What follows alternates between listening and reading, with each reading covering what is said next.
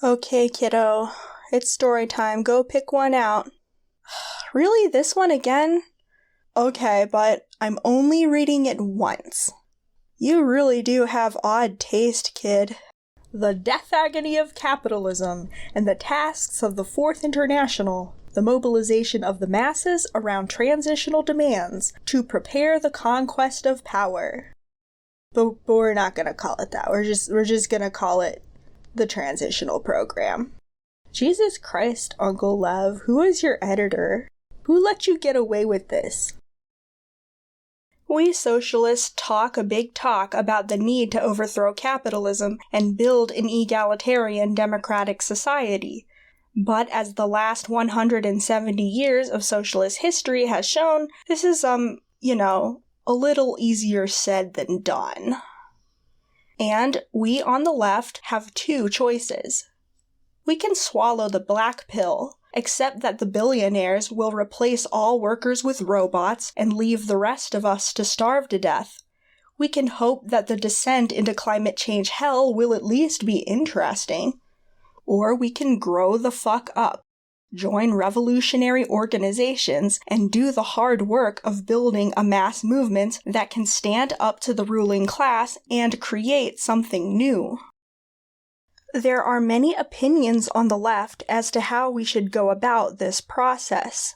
The Marxist-Leninist model seems to be to overthrow one government at a time, set up a dictatorship of the proletariat in one of those singular countries, and then hunker down and wait for the rest of the world to hopefully follow suit. Come on, boys, we can wait all day, all century even. The bourgeoisie will run out of bullets eventually. It's not like they privately own all the bullet factories or anything.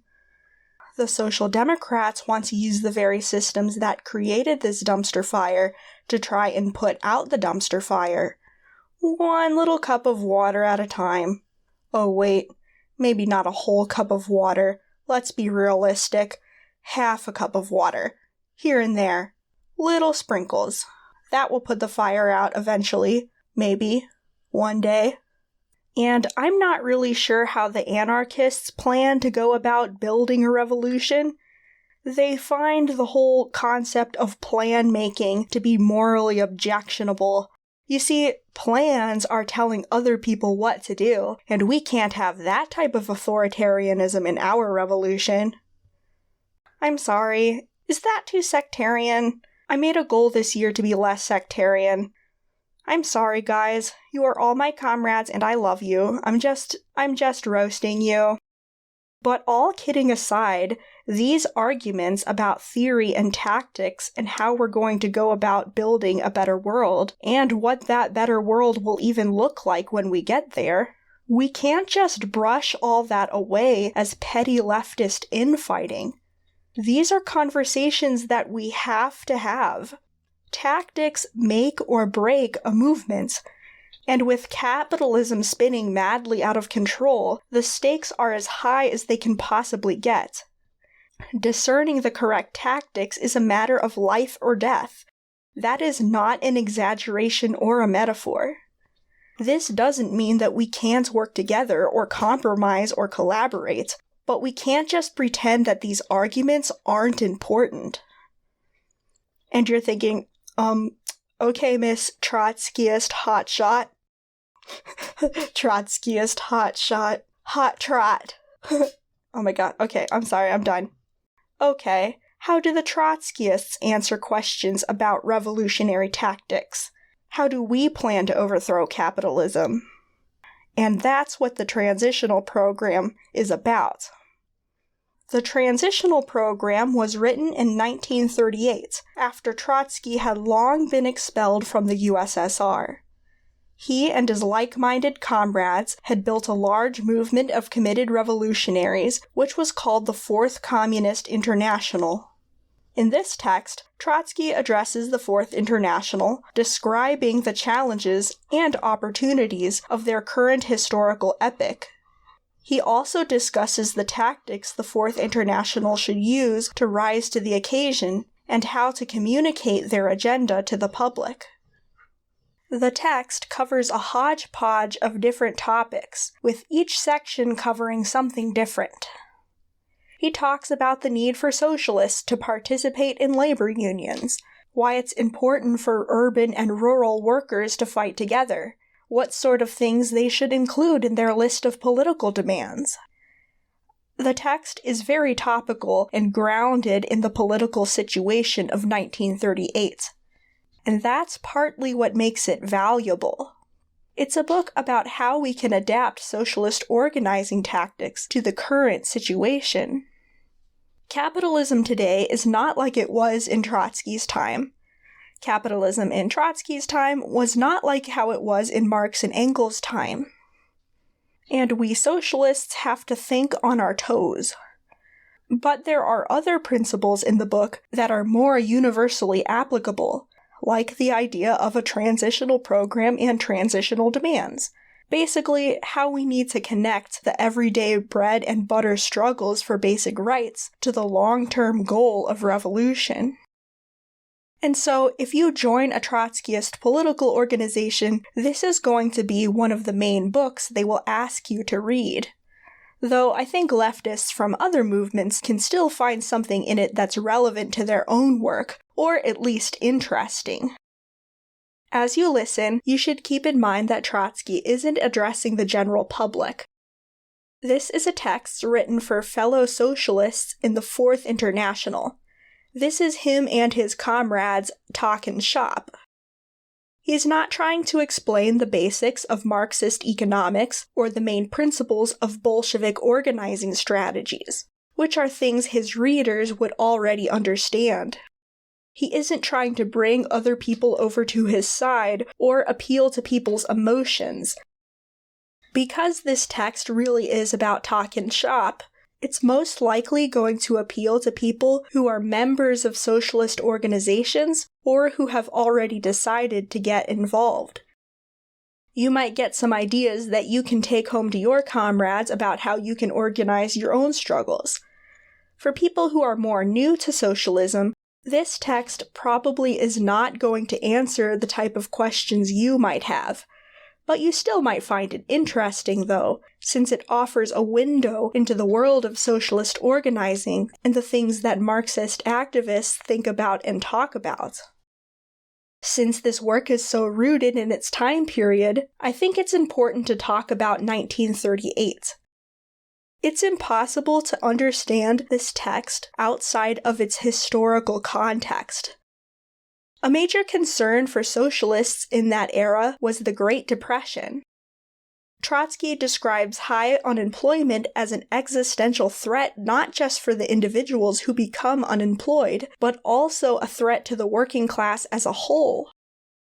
Our power as workers comes from the fact that we work, that we have hands-on control over the means of production because we literally work with it. If we aren't employed, we lose some of that power. There was also the threat of fascism. Fascist governments had taken power in Italy, Germany, and Spain, and their repressive regimes made the daily work of socialist organizing very difficult. Fascism wasn't just limited to fascist countries, though. Places like the United States, France, and England also had powerful and violent fascist movements. Fascists organized bands of thugs to directly attack the working class organizations, smash up strikes, and terrorize people they saw as undesirable. Fascist political parties and street gangs received funding from wealthy capitalists who saw them as a way to squash dissent. Another issue in that moment of history, and I promised I would be less sectarian, but we also had the problem of Stalinism in the USSR, which arose for a variety of complex reasons that we'll have to discuss in a different video. Stalin had supporters all over the world. This included a large number of working-class people and left-wing activists who saw him as the de facto figurehead of the socialist movement. Basically, he was the Pope of communism, and it makes sense why they would see him that way. But at home in the USSR, Stalin and his regime had dismantled any serious form of workers' democracy that had been built after the revolution with disastrous and violent results. Around the world, various socialist movements met tragic fates because of Stalin's bad advice and the poor leadership of Stalinist activists. To the Trotskyists, Stalinism wasn't just a problem because of how it failed communist revolutions worldwide. The conflict between Stalinists and Trotskyists often got violent. So if Trotsky sounds a bit salty when he discusses Stalinism in this text, you can understand why. He had even lost members of his family to Stalinist repression. Socialists around the world sorely needed a thorough dialectical and nuanced analysis of Stalinism, and Trotsky's analysis makes a lot of sense in my opinion. And, of course, there was the threat of the Second World War, which everyone could see coming from 100 miles away. Everyone could see that Germany would most likely attack the USSR in the near future. Trotsky argued that if that were to happen, it would be the duty of socialists to side with the USSR and stop capitalists from taking over the USSR. But he still advocated that the people in the USSR should overthrow the Stalinist government and form a new government built on genuine workers' democracy. Even though everyone was preparing for war, it was still a big source of anxiety for people all over the world, and especially for socialists. You maybe have heard the slogan, "No war but class war," and for the Fourth International, that was something they took to heart. And it's a topic that's discussed in the book in detail. So it's pretty fair to say the Fourth International, had a lot on its plate. In the text, there will be frequent references to various people, groups of people, or political movements of the era, many of whom you may or may not be familiar with. Most of the unfamiliar characters you can learn a lot about from the context. And you can still understand the story without knowing all the details. But some of them I should probably introduce to you ahead of time. For the Trotskyists themselves, you'll hear them called the Fourth International, or sometimes Bolshevik Leninists, which is the official term Trotsky and his comrades used to describe their political ideology. Sometimes in Marxist literature, they're also called the left opposition, because before they were expelled from the Soviet government, they were considered to be the politically left faction of the Communist Party. And for the Stalinists, you'll hear them referred to as the Third Communist International, or the Comintern for short. Of course, there are very few communists nowadays who explicitly identify as Stalinists. I'm calling them Stalinists here in order to contrast them with the Trotskyists.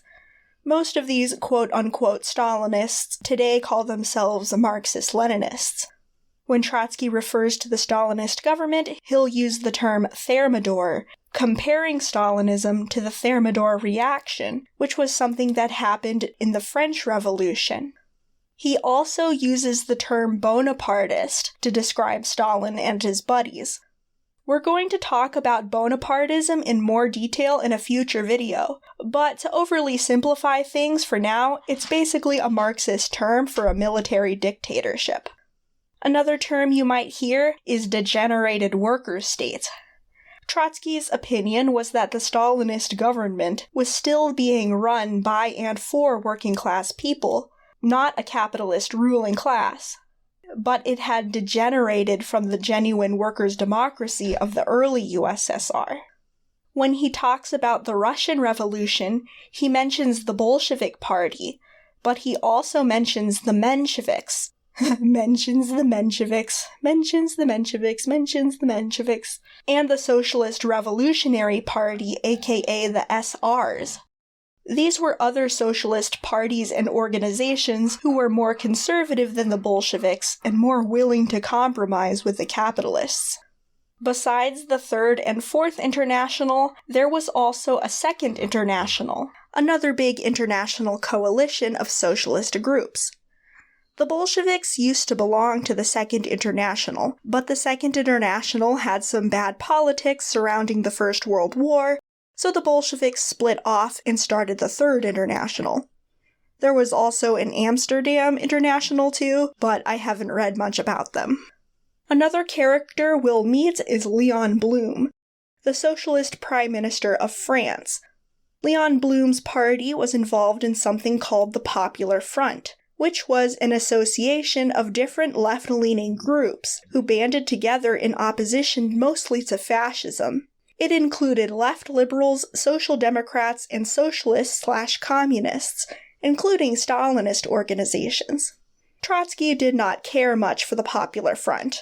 He thought it was dangerous for socialists to ally themselves with people who supported capitalism, that we risked getting stabbed in the back, that we might be forced to compromise our revolutionary mission for the sake of the alliance.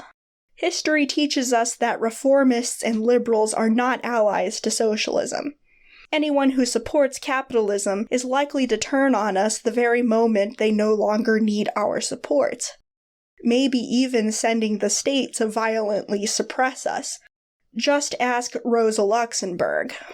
Trotsky uses the term opportunism when discussing the Popular Front. Basically, that means being too willing to compromise our values to take the easier path. Often Marxists use the term opportunism interchangeably with reformist. Hopefully that covers all the main things you need to know in order to make sense of this text. For more information, I would recommend you also read or listen to Fascism, What It Is and How to Fight It, another work of Trotsky's, and it actually goes over a lot of this history in more detail. And if I haven't bored you to death by now, let's jump right into it.